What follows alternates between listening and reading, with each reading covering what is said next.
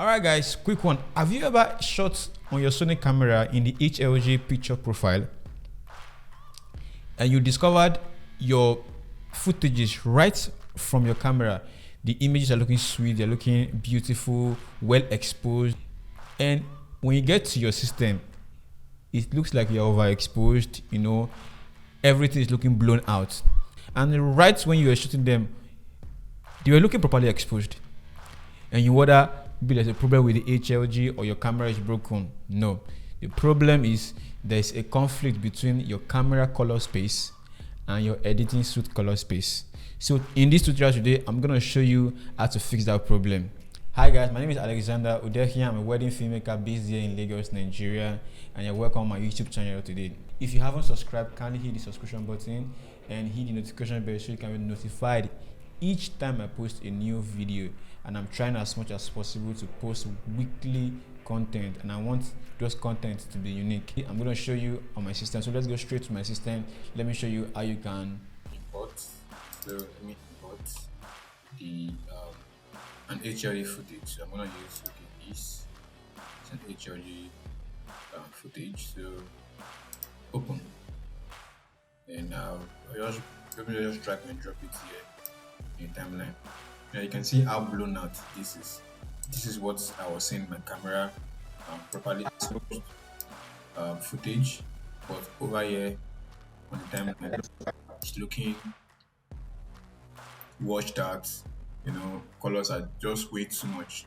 So in a situation like this, so then you right click on the footage, you go to this modify image, then you click on interpret footage, click on it. Now when you are shooting on HLG, it shows that you are shooting on BT.2020. The color space for most phones, most television, most PC, most of the time, most of the screens we know of, except those specialized ones, most of them are actually REC.709. You know, we majorly even deliver REC.709 to our clients, you know, because that's a common.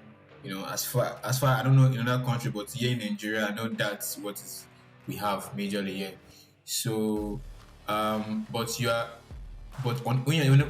you're shooting on HLG, you're actually recording on BT.2020 or REC.709 HLG. So when you come over to this place here, as I did going through the process I showed you earlier on, you click on this color space override, click on this button, it shows you, then you drop this, you can see it's showing REC.2100 HLG, you know. So we are converting this, we are overriding this, and we're converting it to REC.709.